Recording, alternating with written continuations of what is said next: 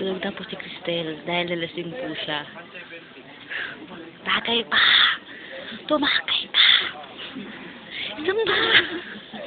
Bakit taka? Wala mo binibigyan sa kanya mo. Ano ko?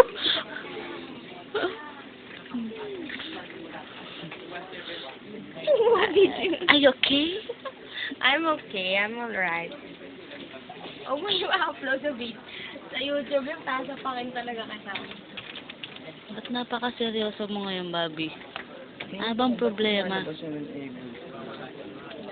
Ano bang problema mo, Bobby? Tinamaan ako sa dalawa. Ako tinamaan sa dalawa. Wala ba ako sa uminom? Ay, wala.